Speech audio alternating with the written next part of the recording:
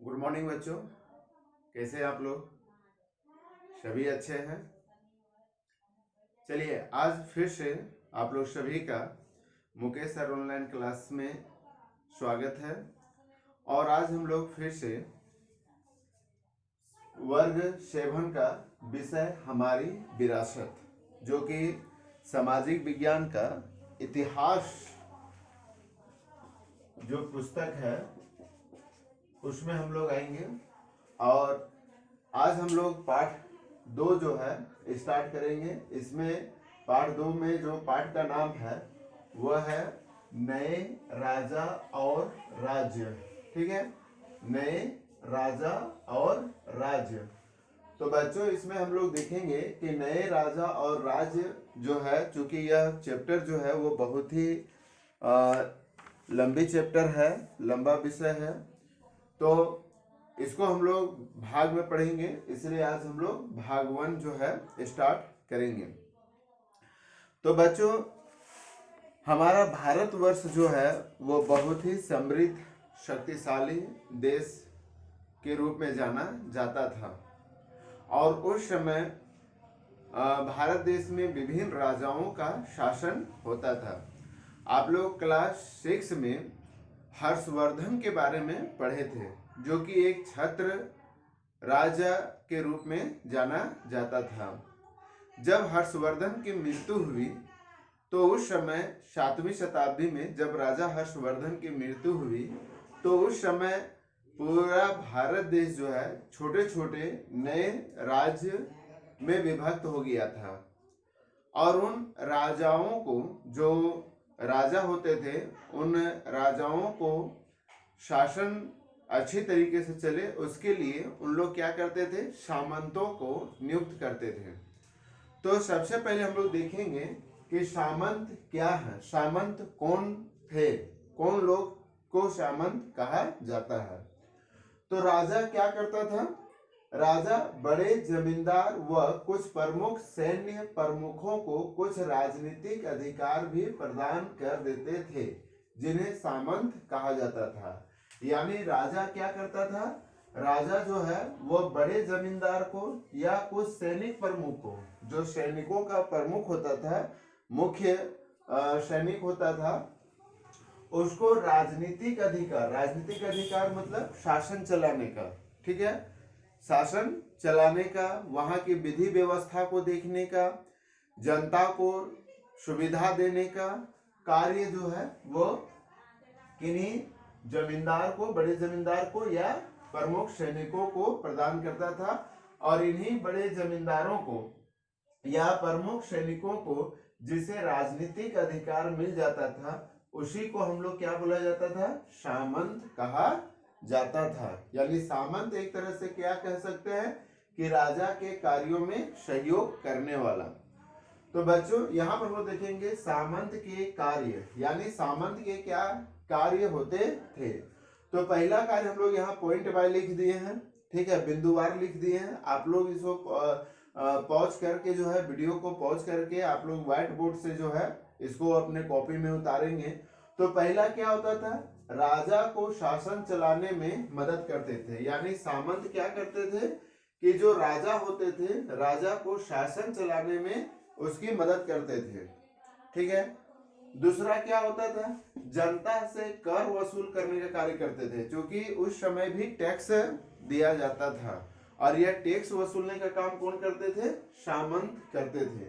और यह सामंत जो है अपने साथ कुछ प्रमुख कुछ सैनिकों को भी रखते थे। और जब कहीं राजा युद्ध में जाते थे तो उस समय क्या करते थे कि युद्ध के समय सैन्य सहायता भी प्रदान करते थे। सैन्य सहायता कौन प्रदान करते थे, सामंत। किसको, राजा को। यानी अगर राजा को कहीं युद्ध करने की जरूरत है तो वह सामंत उसके लिए क्या करते थे, सैनिकों का प्रबंध करता था, क्योंकि सामंत लोगों के पास भी कुछ सैनिक उपलब्ध रहते थे।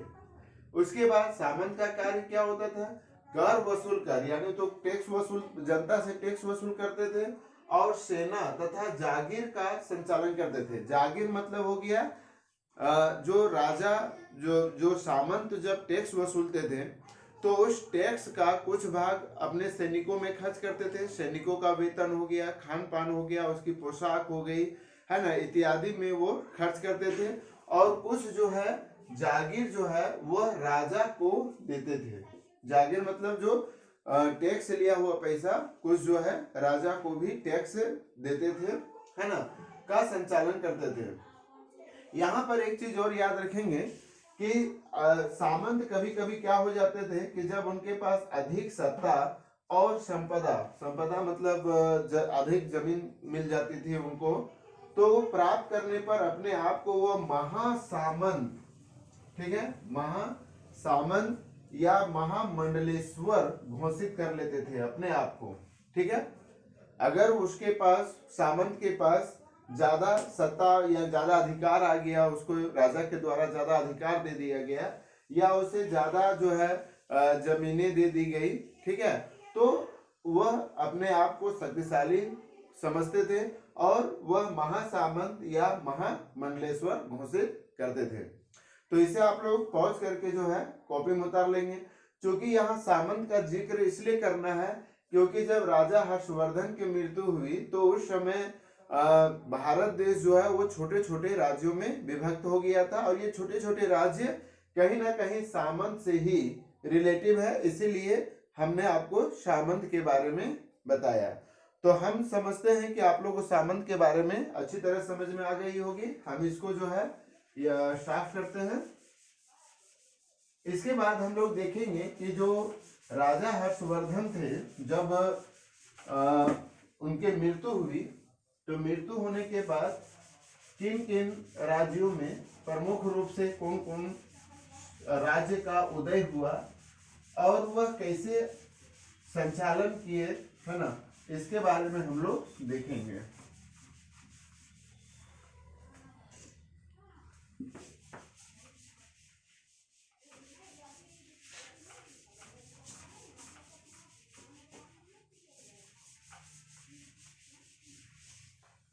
तो बच्चों, राजा हर्षवर्धन, जो हर्षवर्धन थे, हर्षवर्धन की मृत्यु 7वीं शताब्दी में होती है। शताब्दी में हुई, ठीक है। राजा हर्षवर्धन की मृत्यु कब हुई? 7वीं शताब्दी में हुई। और उस समय उनके मृत्यु के बाद जो है भारत अनेक नए क्षेत्रीय शक्तियों में उदय हुआ। ये बड़े जमींदार और योद्धा थे जो सामंत कहलाते थे। यानी जब राजा हर्षवर्धन की मृत्यु हुई तो उस समय जो हमारा भारत देश था वह विभिन्न कई टुकड़ों में बट गया था, और वह योद्धा या बड़े जमींदार, जो कि हम लोग अभी पढ़े थे कि सामंत लोग जो है बड़े जमींदार या सैन्य प्रमुख होते थे, है ना, वे सामंत कहलाए। इन्हें राजा द्वारा विशेष शक्तियां प्रदान की गई थी। इस समय भारत में 3 राजवंशों ने अपनी स्थिति काफी सुदृढ़ कर ली थी, है ना। तो राजा जब हर्षवर्धन की मृत्यु हुई तो तीन नए राजवंशों का उदय हुआ। 3 राजवंशों का उदय हुआ। और वह कौन कौन थे? तो एक थे राष्ट्रकूट, ये राजवंश है। दूसरा हो गया पाल वंश। तीसरा हो गया गुर्जर प्रतिहार, ठीक है। तो 3 नए राजवंशों का उदय हुआ, और वह 3 नए राजवंश कौन थे? तो ये थे आपके राष्ट्रकूट, पाल वंश और गुर्जर प्रतिहार। इसको याद रख लीजिएगा कि राजा हर्षवर्धन के मृत्यु के पश्चात जो है 3 नए राजवंश राष्ट्रकूट, पाल और गुर्जर प्रतिहार हुए। तो थोड़ा सा हम लोग भारत का जो नक्शा है उसमें हम लोग देखेंगे कि किस तरह किन राजवंशों का, ये भारत का नक्शा है। तो इसमें हम लोग देखेंगे कि यहाँ का ये पूर्वी इलाका, ठीक है, पूर्वी में जो है वह पाल वंश का उदय हुआ। पूर्वी इलाका जो है उसमें क्या हुआ, पाल वंश का उदय हुआ, जिसको हम लोग पूर्वी भारत में पाल वंश, यानी पाल वंश जो है वह पूर्वी भारत में, ठीक है। उसके बाद राष्ट्रकूट जो थे वह आपका यहां से लेके इस तरह से, ये हो गया राष्ट्रकूट, ठीक है, ये राष्ट्रकूट हो गया। और राष्ट्रकूट को एक तरह से अगर देखा जाए तो दक्कन में, यानी राष्ट्रकूट जो था वह भारत के दक्कन इलाका, ठीक है, दक्कन, ये दक्कन इलाका जो गुजरात महाराष्ट्र है ना, ये सब में आते हैं। उसके बाद जो तीसरा है गुज्जर प्रतिहार, तो गुज्जर प्रतिहार जो है वो यहाँ से लेके पूरा सटा के इधर से कश्मीर होते हुए पूरा राजस्थान जो है ये हो गया गुज्जर प्रतिहार, ठीक है। और गुज्जर प्रतिहार जो है एक तरह से अगर आप लोग याद रखिएगा तो यह पश्चिम भारत में, यानी पूरा पश्चिम, यह हो गया पश्चिम भारत में। यानी राजा हर्षवर्धन की मृत्यु हुई तो उस समय जो है हमारा भारत देख सकते हैं कि 3 मुख्यतः भागों में बट गया था, जिसमें पश्चिम में गुज्जर प्रतिहार, थोड़ा सा पश्चिम से थोड़ा दक्षिण की ओर जाएंगे तो वो हो गया राष्ट्रकूट हो गया, और पूर्वी इलाका जो था वह पाल वंश का शासन चला। ये तीनों कन्नौज राज है। तो यहाँ पर आप देखेंगे कि कन्नौज जो है ये यहाँ पर है, ठीक है, कन्नौज, ठीक है।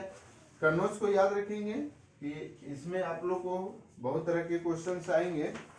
तो यह कन्नौज राज के लिए जो है आपस में लड़ते रहते थे तीनों, ठीक है। कौन कौन, पाल हो गए, राजपूत हो गए और गुज्जर प्रतिहार, यानी तीनों जो है कन्नौज राज्य के ऊपर शासन करने के लिए परस्पर ये लड़ते रहते थे।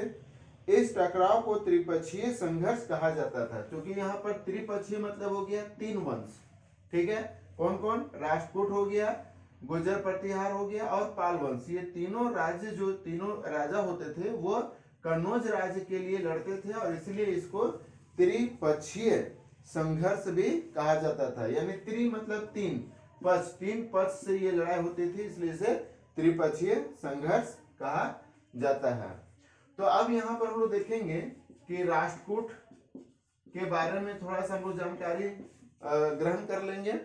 राष्ट्रकूट चालुक्यों के सामंत थे, यानी राष्ट्रकूट जो थे वह चालुक्य के सामंत थे, यानी चालुक्य जो राजा थे उसके ये चालुक्य के सामंत थे, ठीक है, क्लियर हो रहा है। चालुक्य एक राजा है और उसके यह सामंत थे कौन, राष्ट्रकूट। परंतु उनकी कमजोरी का लाभ उठाकर उन्होंने अपनी स्वतंत्र सत्ता स्थापित की। तो जो चालुक्य थे वो कमजोर शासन, जो राजा थे चालुक्य राजा थे वो कमजोरी का लाभ उठा के जो है राष्ट्रकूट जो है उस पर अपना स्वतंत्र सत्ता मतलब स्वतंत्र रूप से जो है चलाने लगे। दंती दुर्ग ने राष्ट्रकूट वंश की स्थापना की थी। याद रखिएगा कि दंती दुर्ग एक राजा थे, है ना। दंती दुर्ग ने राष्ट्रकूट वंश की स्थापना की। कभी कभी एग्जाम में पूछ देता है कि राष्ट्रकूट वंश की स्थापना किसने की थी, तो दंती दुर्ग, ठीक है, याद रहेगा, दंती दुर्ग ने राष्ट्रकूट वंश की स्थापना की थी। उसने मान्यखेड़ को अपनी राजधानी बनाई, यानी राष्ट्रकूट की राजधानी, इसको याद रखना है, राष्ट्रकूट की राजधानी किसको बनाई, तो वह था मान्यखेड़। मान्यखेड़ एक जगह का नाम है ना।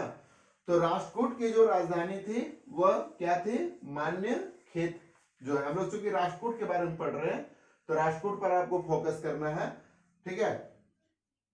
उसने महाराजाधिराज, परमेश्वर, भट्टारक जैसे उपाधियां धारण की, ठीक है, किसने, दंती दुर्ग ने, ठीक है। दंती दुर्ग ने अपने आप को क्या महाराजा धीराज, ठीक है, महाराजा धीराज, परमेश्वर, ये सभी उपाधियां हैं, ठीक है। कभी कभी आप लोग टीवी चैनलों में जो धारावाहिक होता है उसमें देखते होंगे महाराजा धीराज, सुनते होंगे। अगर आप लोग बाहुबली पिक्चर देखे होंगे तो उसमें कहीं एक जगह पर आता है महाराजा धीराज, ठीक है। तो यही महाराजा धीराज जो है यह उपाधि है, ठीक है, उपाधि। तो उपाधियां धारण करते थे और इसी वंश में, ठीक है, किसमें, राष्ट्रकूटों ने ही कैलाशनाथ मंदिर, एक चीज याद रखिएगा, कैलाशनाथ मंदिर, ठीक है, ये पूरे कैलाशनाथ मंदिर जो है वो पहाड़ को काट के कैलाश मंदिर बनाया गया है, पहाड़ को एकदम समूचे काट के, ठीक है। एलोरा, एलोरा का मंदिर ये राष्ट्रकूटों ने निर्माण किया था। और एलिफेंटा, एलिफेंटा की ये सभी गुफा हैं, ठीक है, गुफाओं का निर्माण किसने किया था, राष्ट्रकूटों ने किया था। कैलाशनाथ मंदिर जो है वह पहाड़ को काट के बनाया था। एलोरा और एलिफेंटा जो है ये गुफा है, ठीक है, राष्ट्रकूटों ने ही निर्माण करवाया था। अमोघ वर्ष कृष्ण प्रथम, ध्रुव और गोविंद तृतीय राजवंश के राजा थे। यानी इसके राजा कौन कौन हुए थे, अमोघ वर्ष राष्ट्रकूट के राजा, याद रखिएगा, अमोघ वंश, अमोघ वर्ष, ठीक है। दूसरा हो गया कृष्ण प्रथम, ये सभी राजाओं का नाम है। ध्रुव और गोविंद तृतीय, ये प्रमुख राजाओं का नाम है जो राष्ट्रकूट जो है वंश के प्रमुख राजा हुए, ठीक है। इसको आप लोग जो है अपने कॉपी में उतार लेंगे, ठीक है। मैं इसको डिलीट कर दे रहा हूं।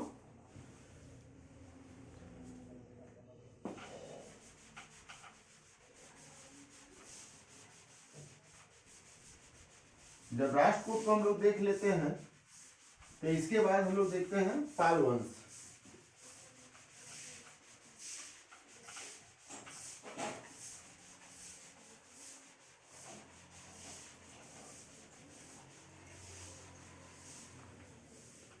पाल वंश को देखते हैं।